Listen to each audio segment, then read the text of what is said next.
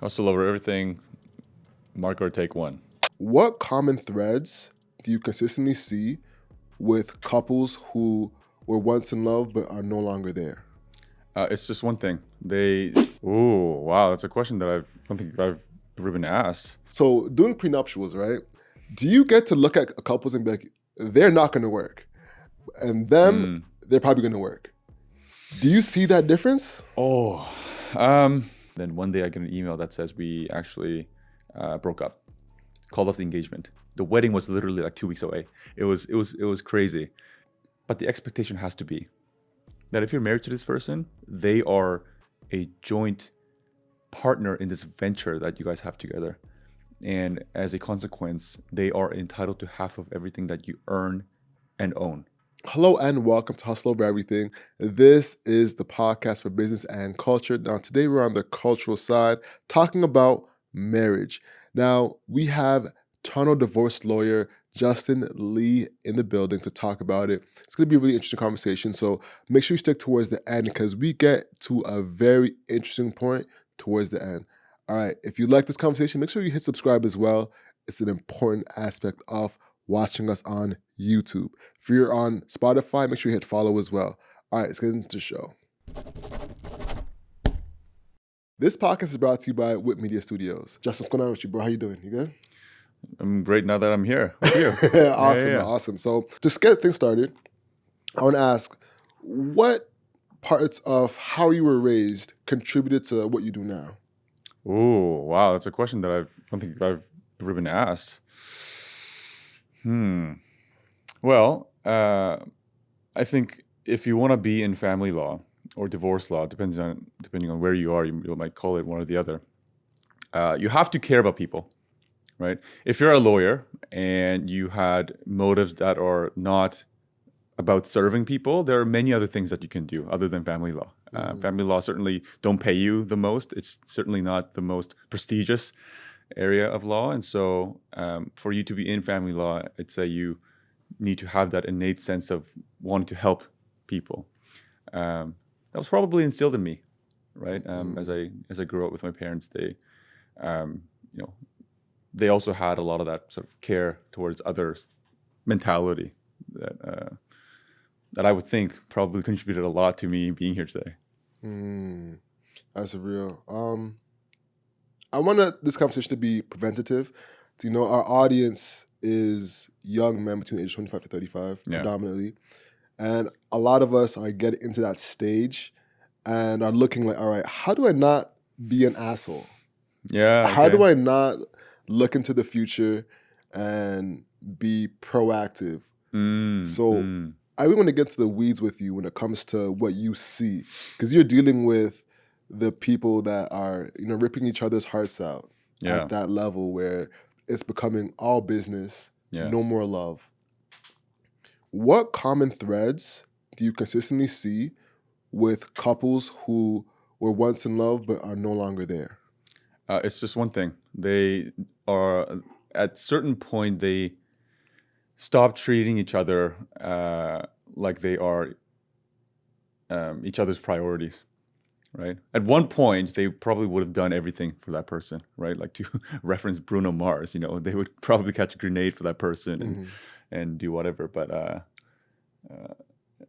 I just realized I don't have that many reference to Bruno Mars tracks than I thought. He kind of fell off a little bit over the last few years. Well, I mean, and then he came back with that Lady Gaga song, and then he dropped that song with Sexy Red. Yes, and that wasn't it. Oh no, I saw that. I was like, whoa. Yeah. Bruno. I don't know about this direction. Yeah, exactly. Yeah. No, but I mean, everybody gets married at some point because I would assume that they can see a future with this person, of course, and that they are convinced, at least at the time, that they are the person that is their best fit. And a part of that, I would also assume, is they know that they would be treated right by their partner, and vice versa, that they would treat the other person right and prioritize them over everything else. At a certain point, that is no longer the case. Whether that's because you have children, and you start to look after the children, and you sort of lose that sort of need to give the other person the same kind of attention and care. Or even without kids, just passage of time, they realize that they're just not each other's. Or I think more commonly, they just get too comfortable, right? People don't like to think that an end of a marriage is a possibility for them, right? I mean, obviously, consciously, we all know that it exists. Divorce is a thing, and people already know like 50% of marriages all end in a divorce, and so they know it's a very real possibility. But for their own marriage, I don't think people ever acknowledge it as something that can actually happen. And what happens when you don't ever think that something you've got can ever be lost? You take it for granted, right? Like a good example that I always use is, why do most people perform at work? You like your job maybe, but for most of us, it's because if you don't perform, you're not going to have that job anymore. There's consequences to not putting in the effort, right? Marriage is no different. And in fact, the consequences are more dire. And I think you have to put in a lot more effort towards your relationship than an employment would require. But it's just the way that we've been either programmed or just naturally think about marriage. We don't ever think of it as something that we can lose. And so you start to treat each other terribly. You start to not buy them flowers on, anniversaries or Valentine's Day, what have you. And that has consequences, So it's what can we do about that? The fact, I suppose, is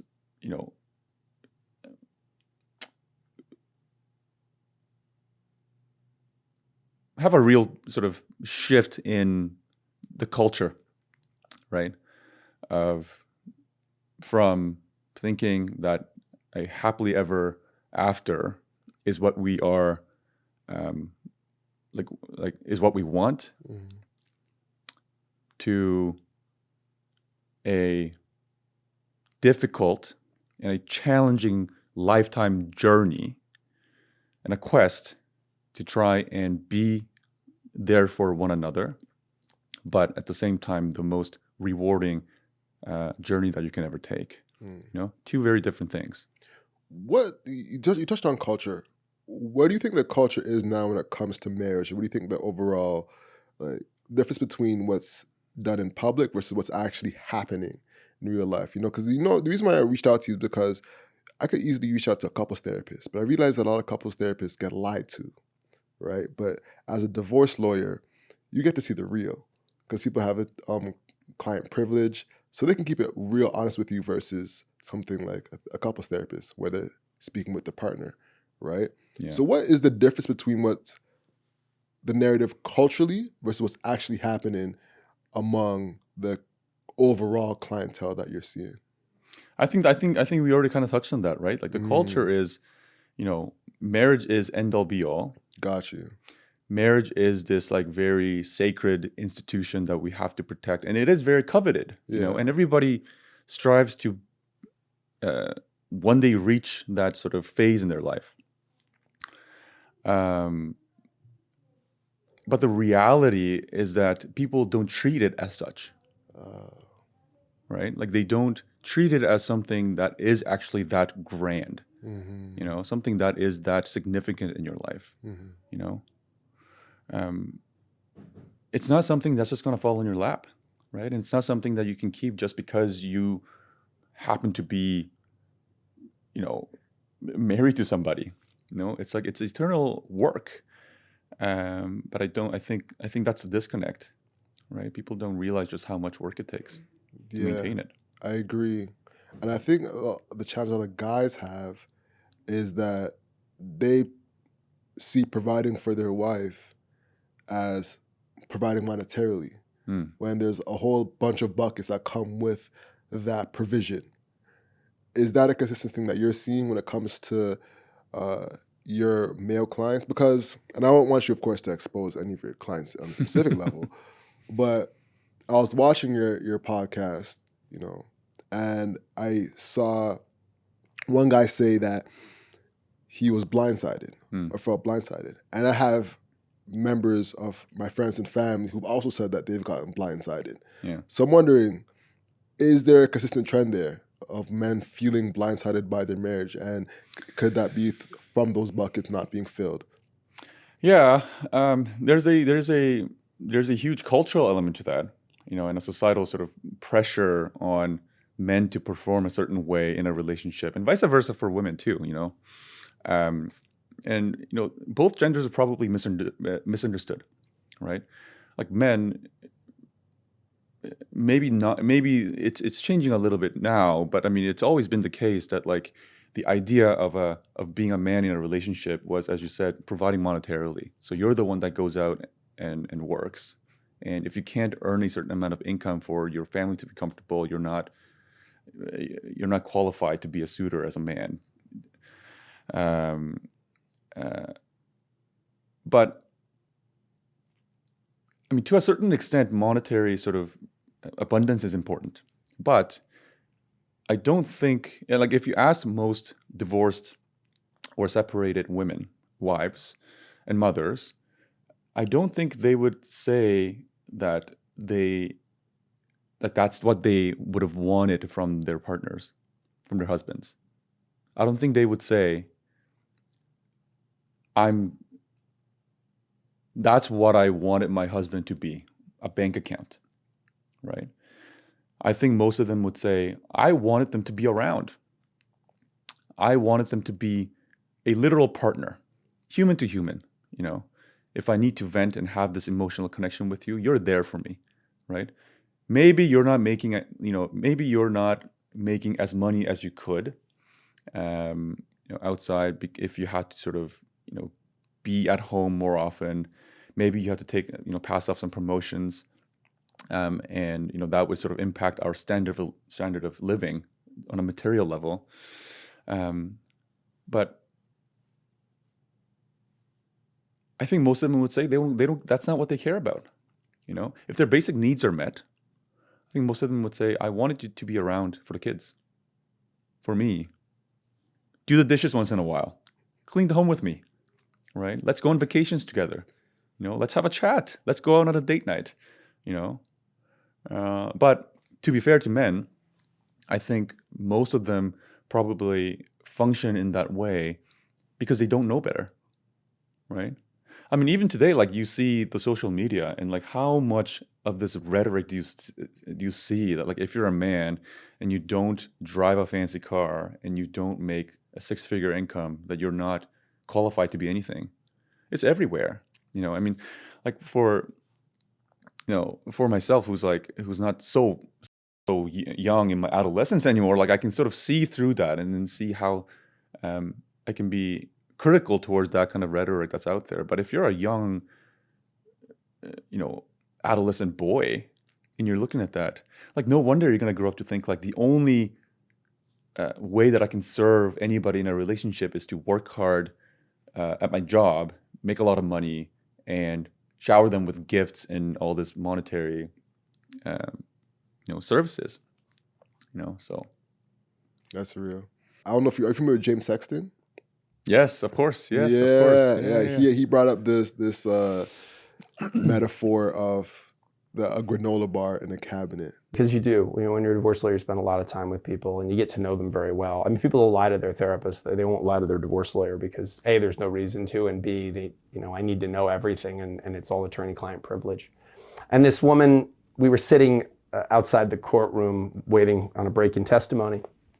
And she was a young woman in her probably like late 30s, very attractive. And we were just chit-chatting, and I said to her, was there a moment when you realized the marriage is over? Like, was there a moment? And she said, yeah. And I said, when was it? And she said, there was this granola that I like. She said, they only sold it at like this particular grocery store, and I like to put it in my yogurt. And she said, he used to always, whenever I'd be running low on it, I would just open the thing one day and a new bag would be there. She's like, and she's like, it made me feel so loved. Like, I didn't have to ask. He didn't want credit for it. Like he didn't go like, oh, did you see? I got your granola that you wanted. Like he just would do this thing. And she said it was just something that it always made me smile. She said every time the granola was running low and there was a new bag of granola, I just felt very loved. And she said one day the granola ran out. And I thought, oh, that's weird. Maybe he didn't see it. She's like, so I left the bag in there because I thought, well, at some point he'll notice. And he didn't notice. She goes, so I took the bag out and I waited and he didn't get a new bag. And I thought, okay, this thing's going down. And I thought to myself, wow, that's that's such a small thing, like granola. Like but these are the things, like these are the little things that make us feel loved and that are gestures of love. And when I said to her, was there anything like Is that what you're seeing as well, where it comes down to a few specific things in the relationship where the guy was doing it before and then he drops the ball on it kind of thing? Or is it more of a once he does a specific thing, the whole relationship falls apart? No. It's rarely the case that there's a one sort of event that makes the whole thing fall apart.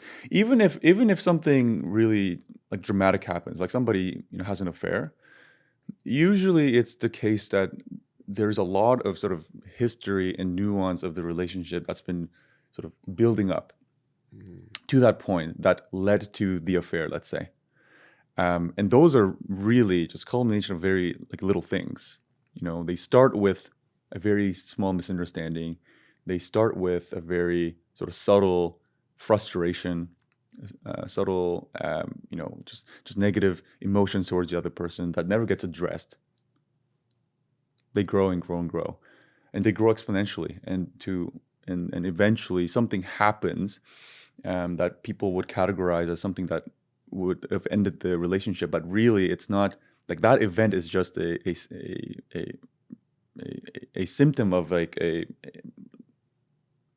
more pervasive issue that's been present in the relationship for a lot longer than you think.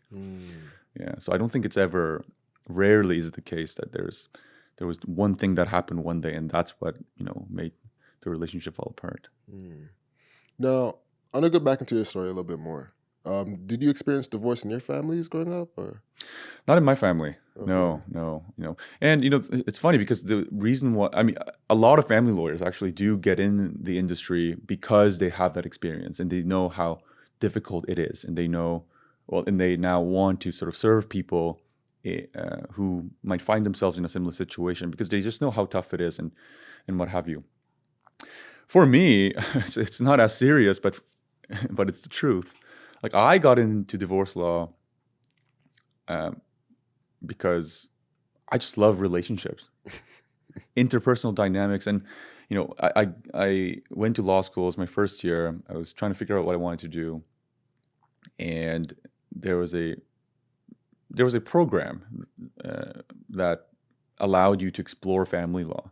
And I remember thinking, like, how funny would it be for me to be able to tell my friends that I'm in divorce law? And I thought to myself, it'd be kind of like, how, your friends would talk to you about or vent to you about problems they have with their significant others. And if they go through a breakup, then you're like right there listening to all of it. But as a third person, it's really entertaining for you. I remember thinking it's like the same thing, except I get paid a lot of money to do it. So like, that's the reason why that's what got me into divorce law. But obviously a lot of other things are the reason why I stayed in it. A lot more noble reasons than me just being a nosy person in other people's relationships. But yeah. Got you, man. So it started off as an ironic statement. I got you.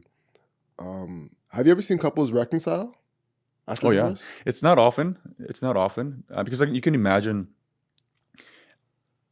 like you have to sort of think about, you have to understand at what point in their quote unquote separation do they come to my office and actually have a chat with me. Yeah.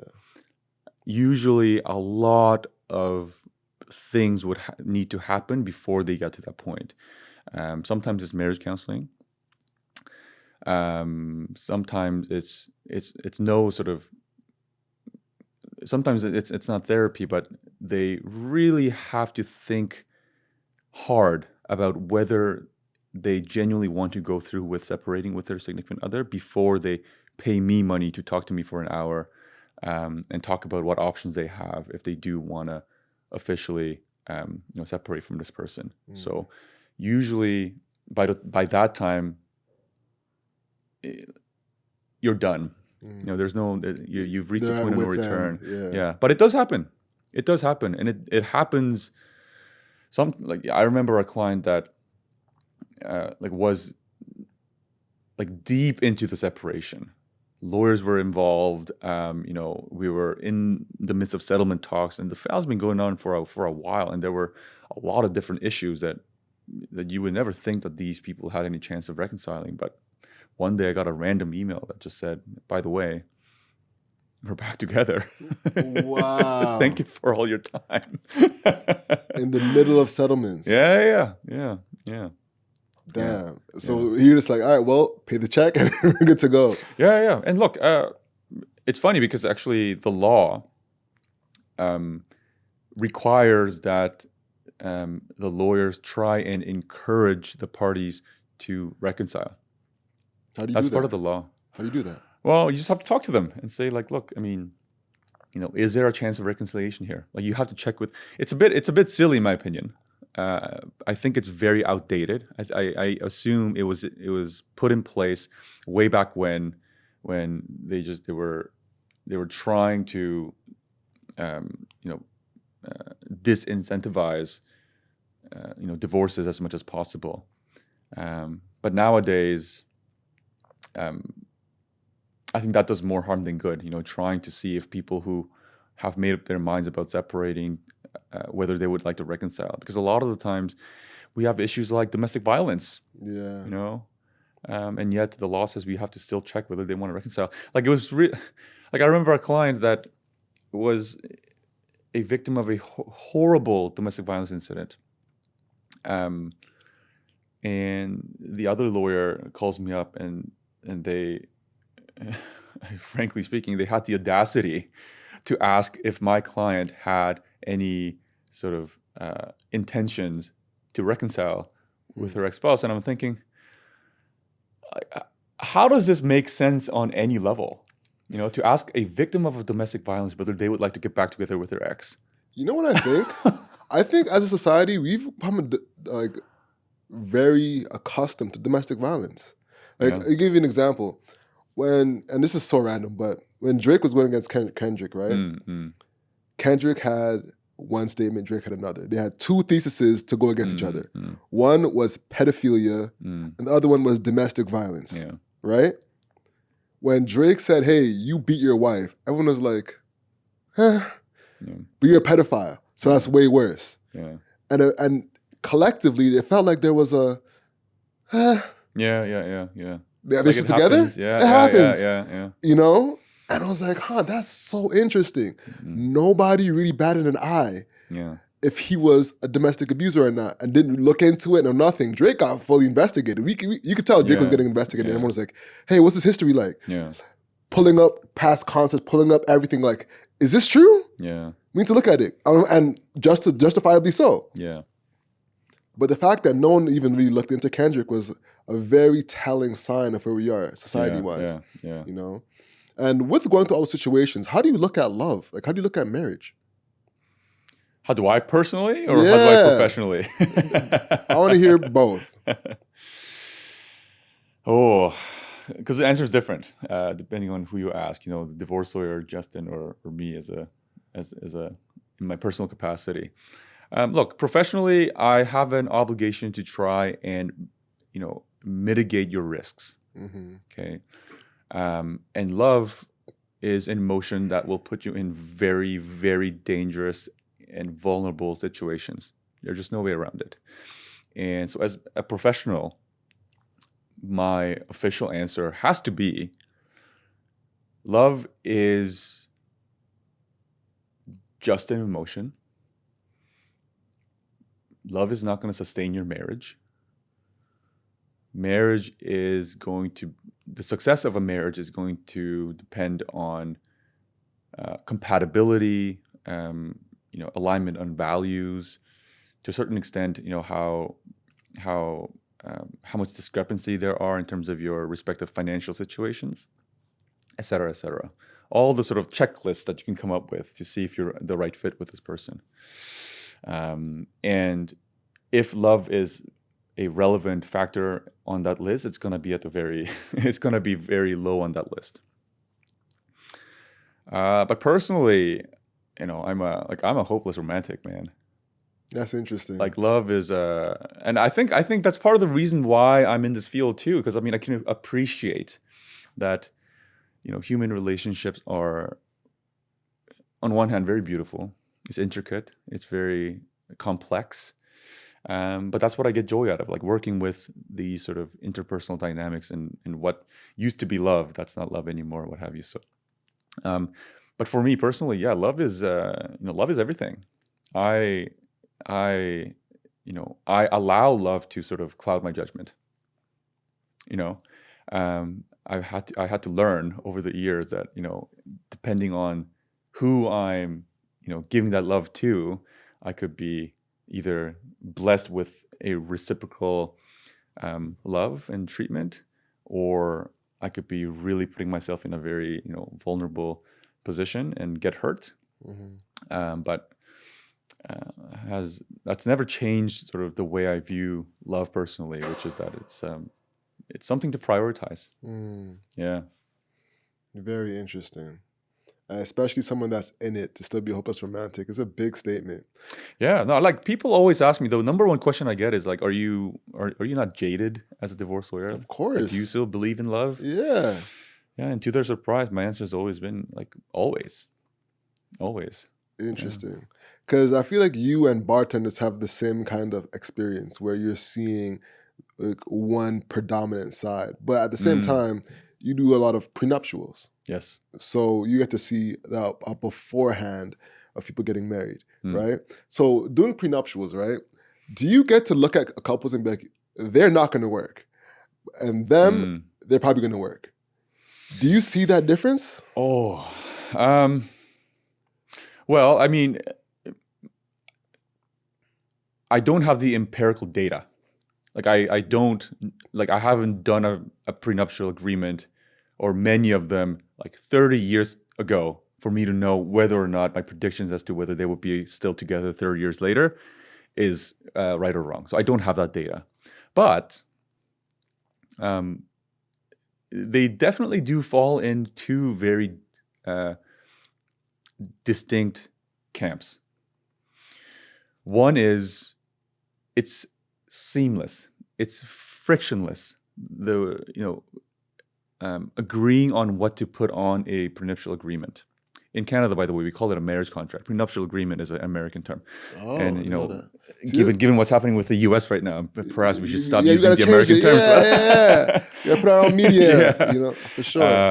But in prenups, it just has a nice ring to it, so we'll keep using it. But coming up with the agreement and discussing what to put on, because you have to remember, even in that process, the two of your adversaries, at least in that process of coming up with an agreement, because at the end of the day, if I put in a term that benefits me, it's going to directly go against your interests. It's just a math, right, in a prenuptial agreement. And so, and you can see how then it can be difficult for some people to come to a settlement or come to terms with what to put on that agreement. But so one camp is you have people who are just so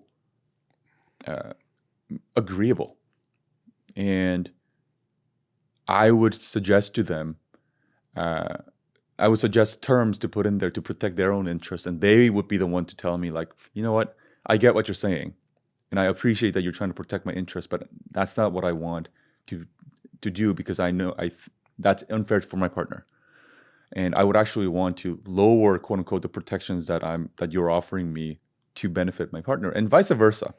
And so those agreements will literally take like a month or two, very quick, a couple of revisions back and forth. A month or two is quick. Oh, very quick. Yeah. Oh, yeah. Oh, we can talk about that too. We can talk about I didn't know that. Yeah, we can talk about what's actually involved in an agreement, so we can understand, and other people can understand why. A month or two, if you can do it in that time, you've lucked out. But But yeah, so that's one camp: frictionless, effortless, and people who genuinely want to do what's right by each other. And then you have the second camp where they want to put terms in the agreement that is clearly one-sided, right? So,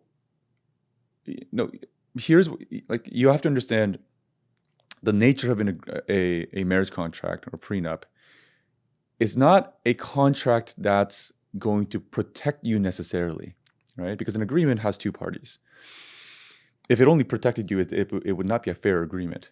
Really, what the agreement is it's a document, it's an agreement between two people that they both agree is in their mutual interest, right? But then you have people who will try and put everything in the agreement that is clearly just one-sided, and they're going to screw the other person. A classic example is somebody who is making $300,000 a year, and their partner is unemployed. They're about to have a kid. The unemployed spouse is going to be the caregiver for the children. Yet that person tells me, I want to put a term in there that says if we happen to separate, there is nothing I will give to the father or the mother of my child. That's not a fair term, and that's not something that I would think someone who cares about the other person genuinely would want in an agreement like that. And so there have been a couple of instances actually where couples like that came to me and got in the middle of drafting an agreement, and then one day I get an email that says we actually broke up, called off the engagement. The wedding was literally like 2 weeks away. It was crazy. Yeah. But then they said, in the process of coming up with this agreement, I realized I wasn't marrying who I thought I was marrying. Wow. Yeah. So, I mean, look, if people are still hesitant about getting a marriage contract, it's actually a good way to vet your person before. 100%. 100%. Interesting. 100%. It's kind of like, you're going to see if that person is going to put their money where their mouth is. Mm-hmm. They say they care about you. They say they love you. They say they will do anything for you. Well, we'll see about that. Seriously, right? Like, yeah. what is and we're not asking for anything unreasonable either, right? Like we're saying, look, if I'm going to be, bearing your children, I'm giving birth to them, and I have to sacrifice my own career so that we can have a family and so that you can continue to go out and work and continue to, progress your career. Yet you say to me, in the event that we separate, I'm not going to get anything out of that. That's not fair, right? Yeah. That is interesting. Okay, so you mentioned that it takes a month or 2 months to usually carry a prenuptial agreement. So then what's the average? That's a short time. What's the average? Well, I mean, average in speaking in average in family law is so difficult because family law it's not cookie cutter at all. Every case is so different. So it's hard to give you an average, but we always say if you want to get a marriage contract, you have to, at the very least, get a lawyer 3 months before your wedding. That's the minimum amount of time that we require for us to feel comfortable in coming up with a fair agreement and doing proper due diligence. Yeah, so 3 months, it's not really an answer to your question, but 3 months is like the bare minimum that you should give yourself and your partner to actually getting a lawyer to do this process for you. Got you. Yeah. What do you think most interviewers should ask you about getting married that they don't ask you? Oh.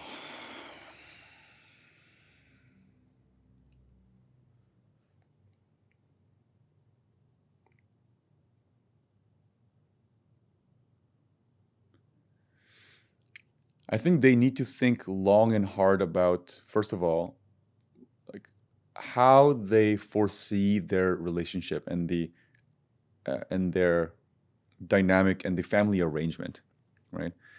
And a lot of because that's going to have a significant impact on where you'll probably end up legally speaking, in terms of what you are entitled from the other person or what you're obligated to give to the other person, and where your vulnerabilities are, like how much risk you're taking on by being in that position 5 years out, 10 years out, right? Like think about that and then ask me directly, like if this is the scenario 10 years down the line, 15 years down the line, like what am I looking at? Because without that kind of projection, all I can do really is to just give them the general information about what usually happens in a divorce, what the law says, and how it might impact you based on your circumstances right now. But I don't know what you're going to be like in 15 years. I probably don't know what I'm going to be like 15 years. You have a better idea than I do, right? Facts. Yeah. So but I think that also kind of ties into an important point, which is I don't think enough people think long term, right? Like I think even when it comes to marrying this person that you're about to marry, I think it's rarely the case that they say to them they have a realistic sort of discussion by themselves or with their partner about love aside. Ironically, because I could probably use this advice myself. Love aside, given all the compatibility factors and the realities of being two individual humans who promise to dedicate their lives to one another, what situation am I going to find myself in 10 years down the line? Like, what is a probable outcome in this relationship? And marry based on that sort of long-term projection, right? Will this person realistically still be good for me 20 years down the line? I don't think that's a question that most people would sort of have an honest sort of answer to. I think more likely people marry because in the moment they're in love, in the moment everything's great, in the moment it makes sense, but not a lot of thought given to, but like realistically long term, am I doing the right thing? Interesting. Now let's talk about money, because that's one Let's of do the it. biggest parts of prenuptial, postnuptial, getting married, getting divorced, everything, right? Because one of the big reasons for divorce is the money. What should guys know going into a marriage money-wise to start? As soon as you are married, your expectation has to be that half of everything, both your assets and your income, is going to be shared with the other person. Now, the outcome might not be that. The outcome might be that it's actually far less than having to give up half of your assets and your income. But the expectation has to be that if you're married to this person, they are a joint partner in this venture that you guys have together. And as a consequence, they are entitled to half of everything that you earn and own. And I say that because once you have that expectation, when the reality hits, like you actually go through a separation and you're having to look at what it is that you're having to shell out to the other person, you've probably expected the worst, right? And it's probably not as bad as you were expecting it to be. And it's not, but at the same time, it's not a unrealistic expectation either, right? if you're married long enough and the circumstances are just right, like that's exactly what's going to happen. Give up half of everything you own, and 50 cents on every dollar that you earn is going to your spouse. It's a possibility. And it's vice versa too. If she's making that much money, he can take half as well. Yeah. Okay. I think that is quite not common knowledge, but it feels like it's common knowledge, right? But it feels like every time that happens, it still feels like a smack in the face, right? But that's what I mean. That's again, I think we're all privy to that information. Yeah. We're all privy to that knowledge. Yeah. But we never think to apply it to ourselves. Yeah, it's almost like health. It's almost like health. It's like, yeah, I know a lot of guys are getting testicular cancer, but and if it happens because they have polyester boxers, but I'm gonna use polyester boxers anyways. Yeah. And if it happens, it happens. If it don't, it don't. Yeah. It's like, okay. So of course the provisional aspect of it, or the proactive aspect of it is getting a prenuptial agreement, of course. But no, I mean look at the number of doctors that smoke. Yeah, very good at giving advices about what not to do, but like when it comes to their own body, it's a different story, right? Yeah. That's exactly it. Yeah. And that brings up a good point, because I hear doctors make horrible people when it comes to divorce. Is that true? Look, I mean, I don't want to generalize. I'm here to generalize today. But no, look, I think it's just, I think partly it is true, but that's not a criticism of them at all, right? Like, Okay. If you think about doctors, they literally save lives. Literally. I think there are very few professions out there that are more noble than being a physician. And what comes with that is a great sense of sort of pride that you take up this space in the society where people look up to you. You literally give life-saving advice. You literally save people. And so you get accustomed to being the one that knows everything, being the one to give advice.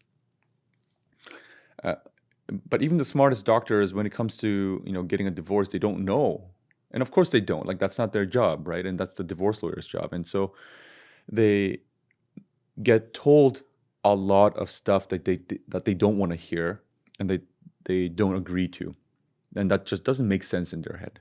Mm-hmm. It's like the biggest pattern interrupt.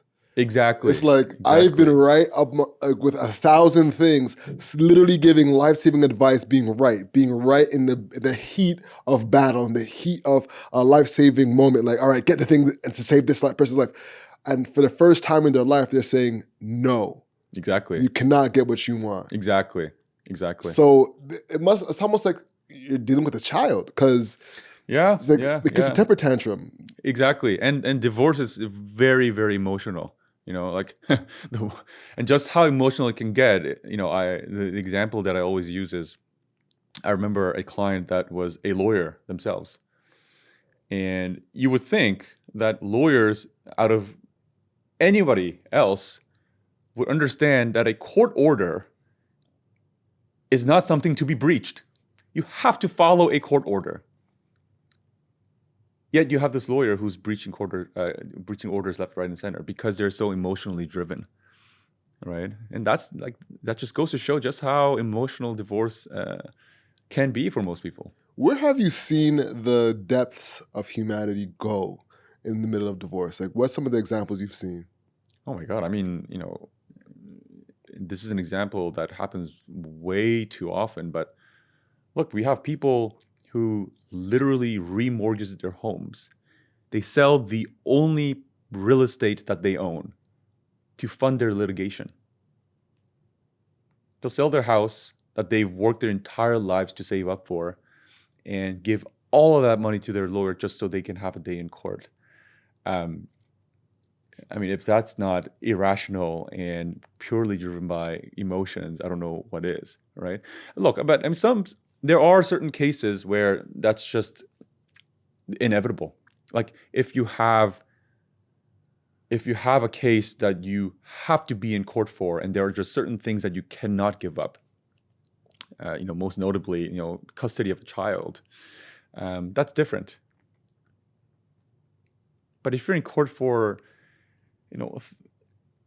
things that are not that significant to you, especially money issues, like if you are spending more money on your lawyers than you stand to gain by whatever you can win in that courtroom, like that's not a rational decision, right?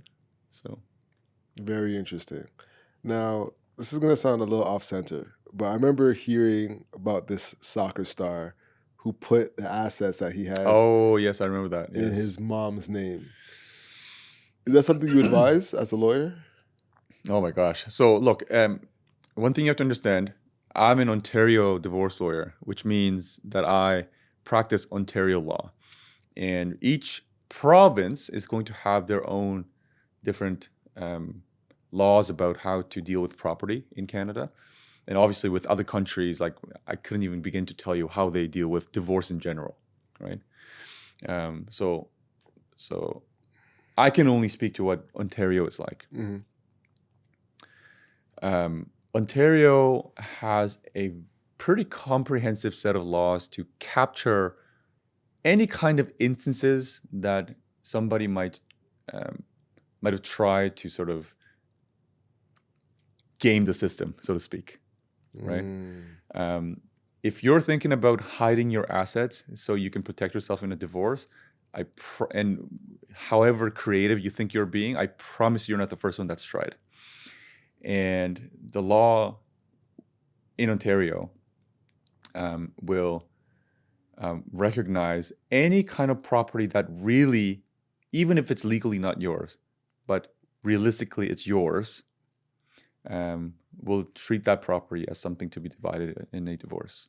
Really? Yeah. So if I recall correctly, that soccer player was Moroccan. Yes. So I don't know. His name was Akraf Hakimi. Yeah. And Hibu Abuk. Yeah. Hibu Abuk. I don't know. Yeah. It's a lot of names, but I think that's him. Mm-hmm. Yeah. I don't know. I mean, I don't know about Moroccan law, so like Gotcha, maybe it's a there. little bit different. But here, it's not gonna fly. Wow. Yeah. And what if property is in a corporation? Same thing. If you have an You interest, can break the corporate veil. 100%. If you have an interest in the corporation, and same thing, right? If you see a divorce coming down the pipeline, and so you're like, oh shoot, I'm going to transfer my corporation to another person or another corporation, and you try and sort of evade your responsibilities that way, it's still going to catch up to you. Yeah. How does big lawyer money to small lawyer money actually play out in Canadian legal divorce? Explain that to me. What do you mean big lawyer money, small lawyer money?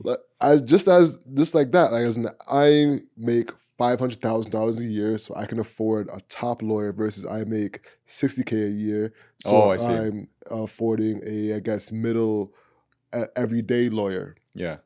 How does that actually play out in reality?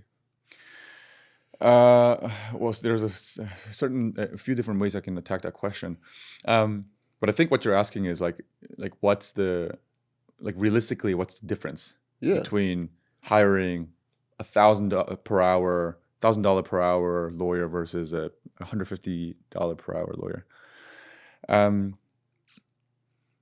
In family law, at least in my experience, seniority doesn't necessarily mean that you are good at what you do. It just means you've been doing it for a long time. And for some people, that experience definitely carries them well, and they're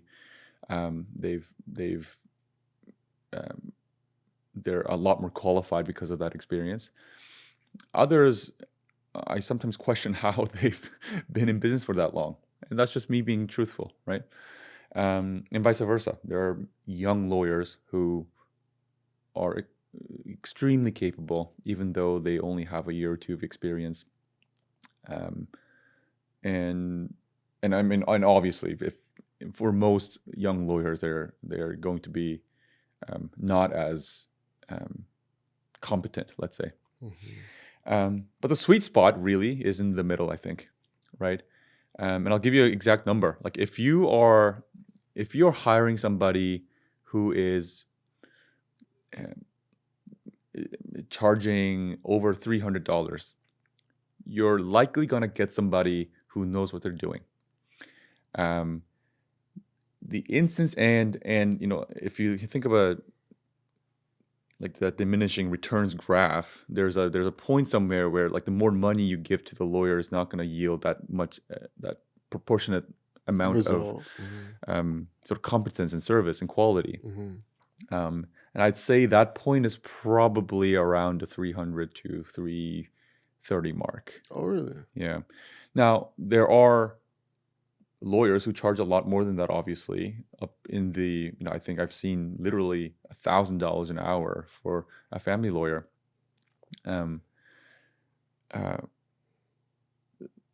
Those lawyers are usually reserved for folks that can afford them. And look, I mean, if for those people who money is not really an object, and then for them, spending the extra $700 on a lawyer, even though the return in the quality and the competence that you may receive is not proportionate, may be worth it to them, right? And for cases that are extremely complex, that you just don't see often, as a family lawyer, those cases might require that kind of level of expertise.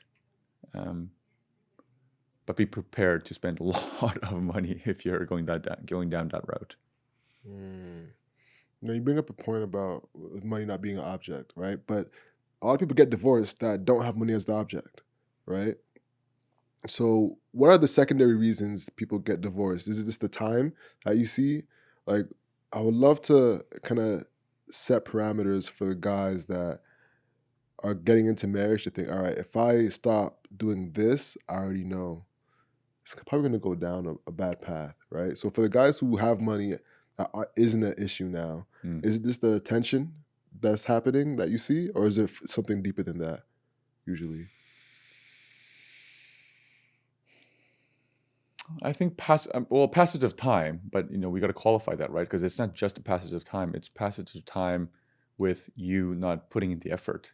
And that's just a cliche line, like you put in the effort or not put in the effort, but it's so true, and that's really that's what it comes down to, like, are you treating that like, ask yourself honestly, if you're in a relationship, are you treating that person the same way you've treated them in the first 6 months of your relationship? I think if you're really honest with yourself, most people are going to answer no. Now, do you ever see people actually get blindsided where they are treating the person right, and the person just says they haven't done anything wrong to me, but I'm just don't want to do it? Yeah. Really? I think I see that often too. But here's the thing. Often. Yeah, but here's the thing. They think that they've been putting in the effort. They wholeheartedly believe that that's what they've been doing, and that they've been doing everything right. But from the other person's perspective, that's not, either it wasn't enough, or it just wasn't the right type of effort. Kind of goes back to our initial point, that very normal for a guy to think like, I'm bringing you home $500,000 a year.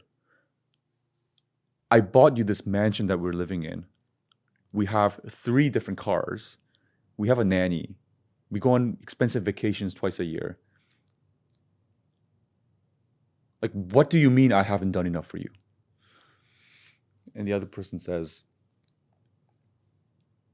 that's not what I wanted from you. That's not why I married you. You weren't here for me when I needed you most. When I was feeling down, like, were you there for me emotionally? Did you change the kids' diapers once in a while I've been doing all of that every day for you, et cetera, right? So I think it's actually mostly the case that one person thinks like that they've done all the right things, but it wasn't the right type of thing for the other person. The right type of thing. Now, of course, time is a big one. And of course, you're saying the vacations, the money, the mansions. But what I guess, is a glaring thing to me is love languages. Mm. Because there can be guys who don't do the whole gift thing. Because of course, there's always going to be the guy who's just I shower with gifts, which is the laziest way to love possible, right? You know, it's literally just like buying love off Amazon, Yeah. right? But then there's guys who will actually put effort into building something with their bare hands or fixing things across the house. And that's still not contribute because that's not that person's direct love language. Yeah. Right. Yeah. So now, have you seen that as well, where they're not rich necessarily, but they're still giving in the time and effort, and it still results in divorce? Oh yeah, I mean, I have plenty of clients who are not, financially well off, and so Yeah. for them that, monetarily, wowing that person was never really an option, and so for them the effort was, in form of services and care, let's say. I mean, ironically, I think for some of those couples, the disconnect was probably, I really appreciate everything that you're doing for me physically and service-wise, but we need more money.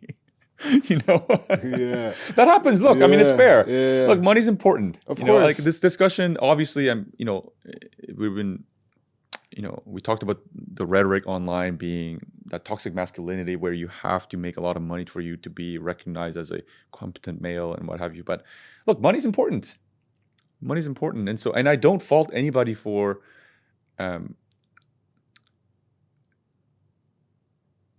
deciding to break up with the other person for financial reasons. That's entirely in their own right. Mm-hmm. And look, that might not be fair to you. And if you just don't have the financial capabilities to meet that person's financial needs, and that person says, therefore, I don't want to be with you, it's incredibly painful to be in that situation. But I also think that's fair. Look, like you have complete freedom over whether you want to stay with your significant other, and as does the other person. And it doesn't have to be for any kind of valid reason. Yeah. Right? What's the usual financial situation? Is it just that they're not making enough, or is it like we're underwater kind of thing? Because I think there's a difference between someone who's just like, I'm more ambitious in my monetary goals versus someone who is, we're underwater. We are, Yeah. we're facing homelessness, and we need to separate so we can like get our lives together. Yeah. And there's two completely different things, right? How do you see those things play out? I think it's both. You see some cases where like the other person, for whatever reason, refuses to financially contribute. And so in that case, I'm thinking of a case right now where,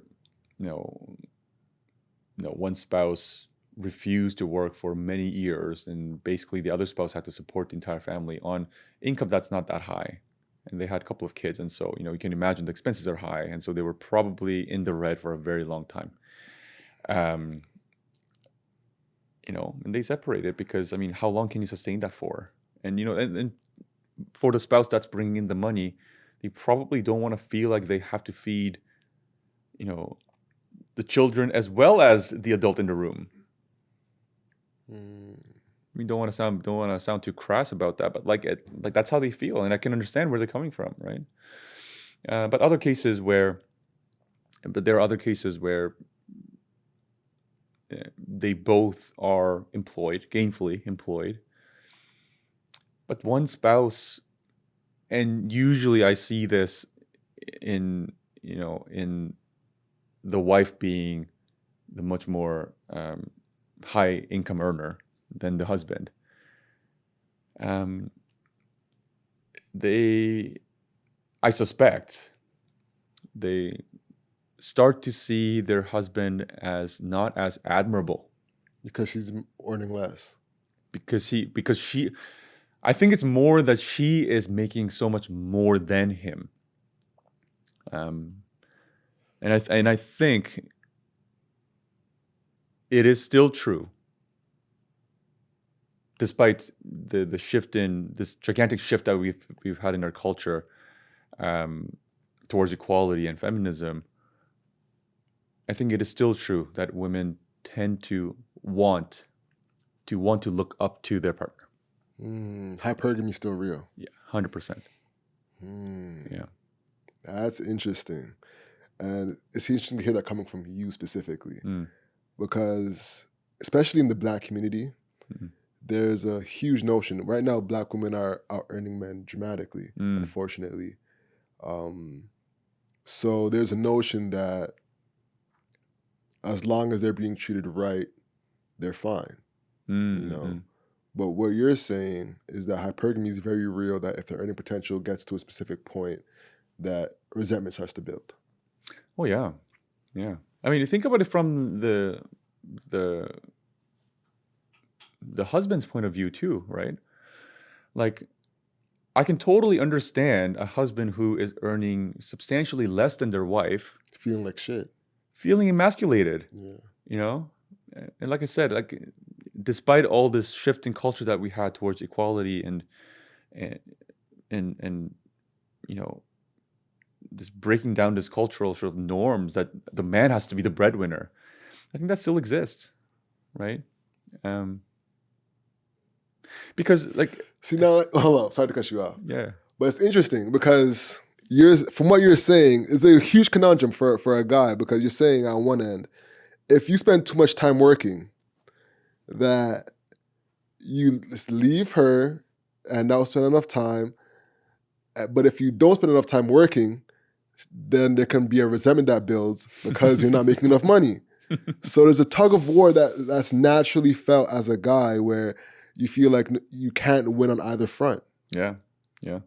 I mean, I think balance is always the answer to everything, right?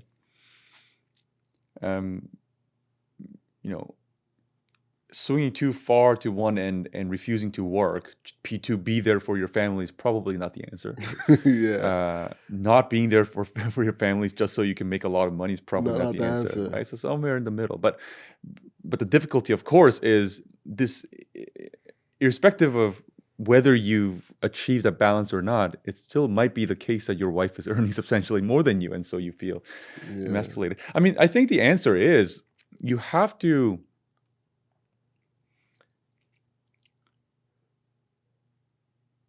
be a secure person, right? And it goes both ways. Like, you have to, as a woman, you have to be okay with a man who makes less than you. And as a man, you have to be okay with having a woman making more than you.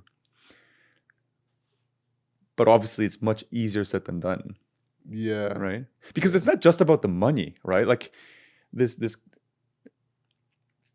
you know, taking on a masculine role and a feminine role within a relationship, it's not just about the money. It's the dynamic. Right? Exactly. So, you know, like what's a masculine thing to do? Let's say opening the door for you know, your significant other as a man. For your woman. This is like this is your chivalry. And it's a chivalrous gesture, opening the door. But I can see how, if you feel insecure about your income compared to hers, suddenly you being chivalrous feels a little bit like, not because as a man you're taking care of your woman, but you're almost like serving her because she is above you, so to speak. Right? So I can see that dynamic. Because it's almost like when you're earning more, you're taking care of the person, and chivalry is a form of taking care of that person. Exactly. But when the person's earning more, it becomes a form of servitude to that person. Exactly. Interesting. Yeah, and you can start to then see how, like, it's all very intertwined. Yeah. You know, and that's what makes human relationships so complex and in a way intriguing. Yeah. Right? Yeah. For sure. Now, as a businessman, you know, one of the biggest things that we're told is the best investment you can make is your wife, right? How do you see? It's interesting because I used to have a client that owned a boutique, a men's fashion store, and he was married to his wife, and they brought it up together. Then they divorced, and they still ran the company together, Wow, divorced, it's rare. right? Yeah, yeah. How do you see couples that build business together? Because I find that as a big thing, and I see a lot of times right now, even especially in my community, couples building business together. Yeah. How do they walk into that marriage prenuptial wise if they're going to be 50-50 split, but of course going to grow? Like, yeah, I'd love to get your opinion on that. I mean, at the end of the day, what's right for you is going to be different than what's right for somebody else. Mm-hmm. There's really no one cookie cutter answer to any kind of situation that you might be in. But it's really the solution has to be tailored to you and your partner and the relationship that you have.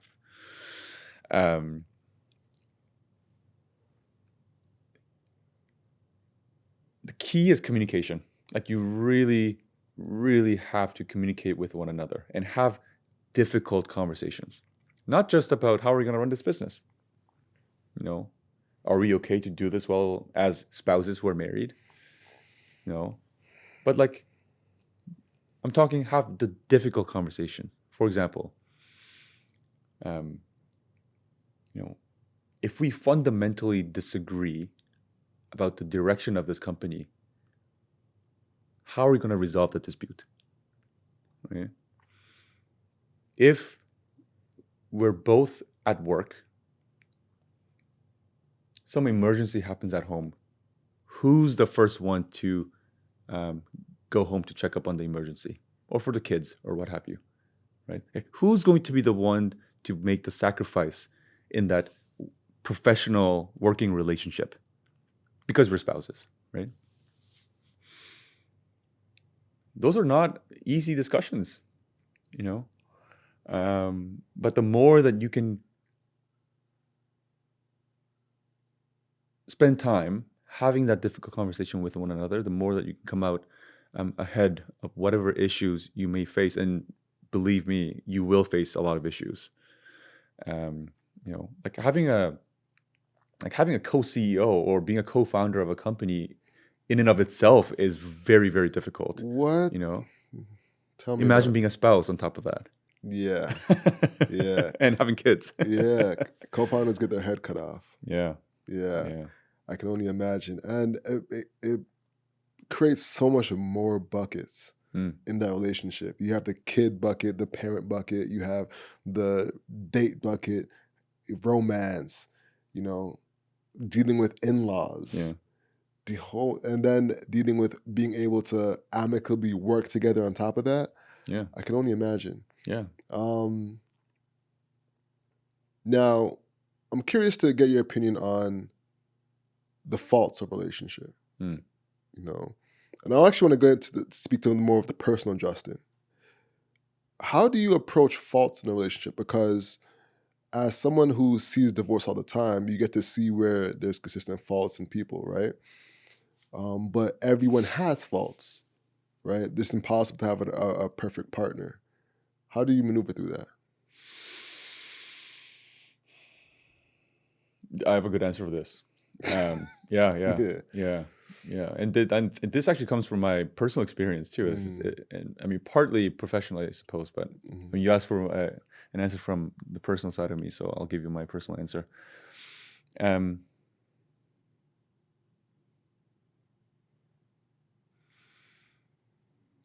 You're right. Nobody's perfect. Everybody's going to have faults.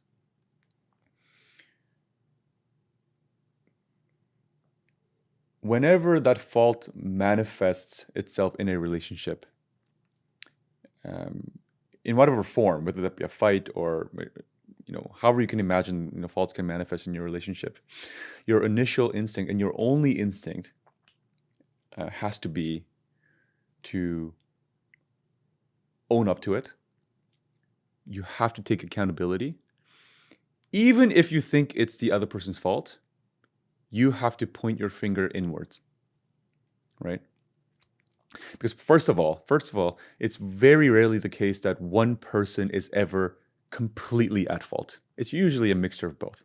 They sway in percentages, depending on the circumstance, but rarely the case it's strictly the other person's fault.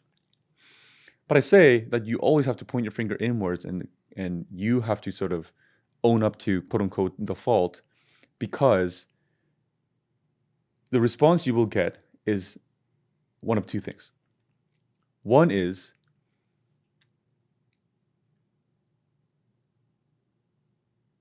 they will bash you for the fault that you just owned up to.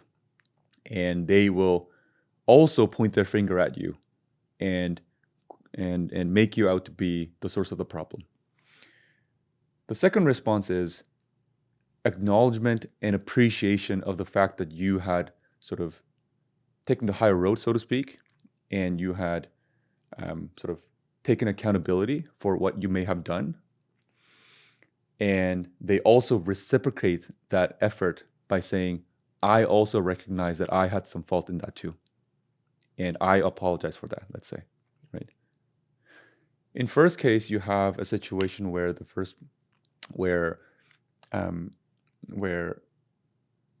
one person, at least one person in that relationship, is looking to point their finger at you. They're trying to make you into the bad person. They're trying to look for things that are wrong with you, right? And they have no sense of the reality that even if you were, in fact, somewhat at fault, you probably also had a bit of part in that too. But with the second example, you have a relationship where both people are trying to meet each other. They genuinely want to understand each other, and they genuinely want to position themselves against whatever the problem is that they're facing together, not each other, right? The problem isn't them. The problem isn't within one of them, right? There is a problem, but it's a problem that the two of you can face together and work on resolving as a team, as opposed to adversaries, right?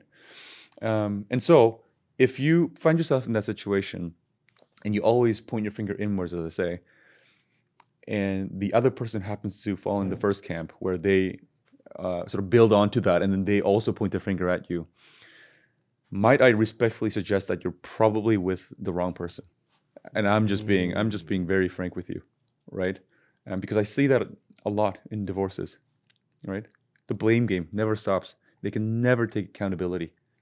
They can never admit that they also were probably part of the problem, even though not entirely, or even mostly. And that relationship was probably never going to succeed in the way that they were treating each other. Because of the pointing. Yeah. But as soon as you have as soon as you have a relationship where both people are, they want to work together as a team, then you know your likelihood of success is probably a lot higher, right? Beautifully said. Beautifully said. As work is wrapping up, I want to touch a little bit more on culture. It's important. I think that's a big theme in a lot of your podcast episodes. Yeah. We operate at the intersection of business and culture. You know, and you're Korean. Yes. How does Korean culture affect marriage? Oh, I mean, look, East Asian societies, they frown upon divorce a lot. Once you're in, you're in. It's a disgrace to the family, not just you, not just your immediate family, your entire extended family. Oh wow! It's not looked upon as something that's good.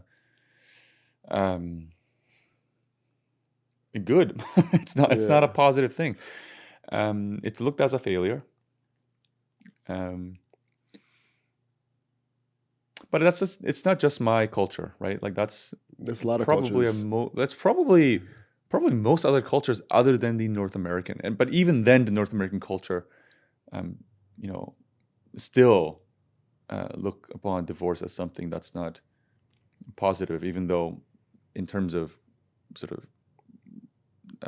the intensity at which the culture sort of does that, it's not as bad as Korea or other cultures.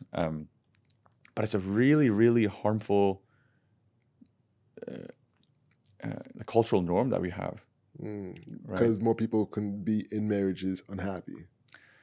I mean, unhappy is just scratching the surface. Like, I'm worried about people who are in dangerous relationships, Ah. right? Like, I'll give you an example. It blew my mind. You know, I had a client who uh, was a terrible, victim of terrible domestic violence, and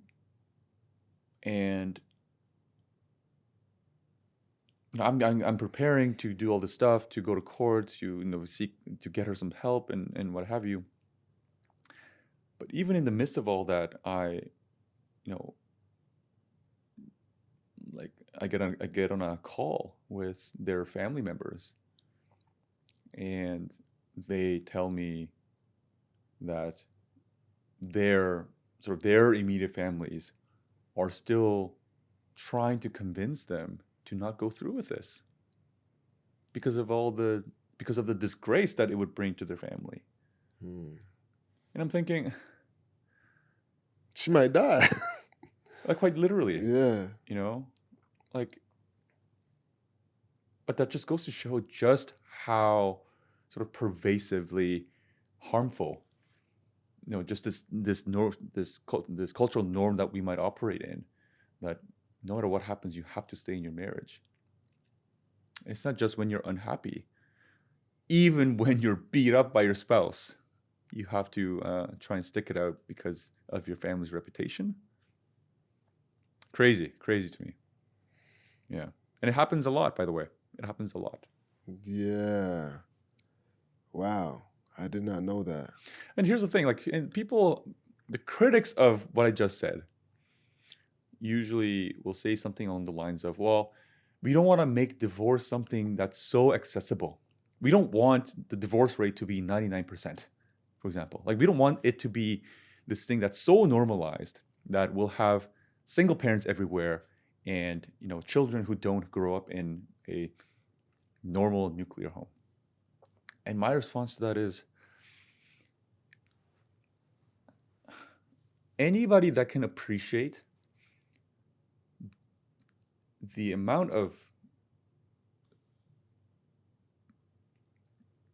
stuff, the turmoil that they had to go through to get to the point of wanting to get a divorce in the first place would know that even if divorce was made the most accessible thing in the world, it was the most normalized thing, it's not as if people would start getting a divorce just because they can,